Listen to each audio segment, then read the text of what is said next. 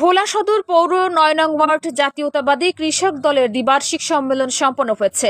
সোমবার ৪ আগস্ট বিকেলে চর জঙ্গলা প্রাথমিক বিদ্যালয়ের প্রাঙ্গণে ভোলা পৌর কৃষক দলের আয়োজনে এই সম্মেলন অনুষ্ঠিত হয়।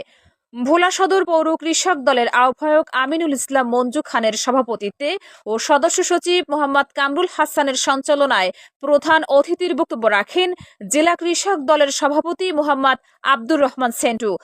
বিশেষ অতিথির বক্তব্য রাখেন সাধারণ সম্পাদক মোহাম্মদ আবুল হাসনাত তসলিম, ৯ নং ওয়ার্ড বিএনপির সদস্য সচিব ও জেলা বিএনপির সদস্য মনিরুল হক, জেলা কৃষক দলের সিনিয়র সহসভাপতি অ্যাডভোকেট ইউসুফ, যুগ্ম সাধারণ সম্পাদক মিজানুর রহমান আরজু, ভোলা সদর থানা কৃষক দলের সভাপতি মোহাম্মদ মাইনুদ্দিন সাজি, পৌর ৯ নং ওয়ার্ড বিএনপির যুগ্ম আহ্বায়ক হানিফ পঙ্খী প্রমুখ।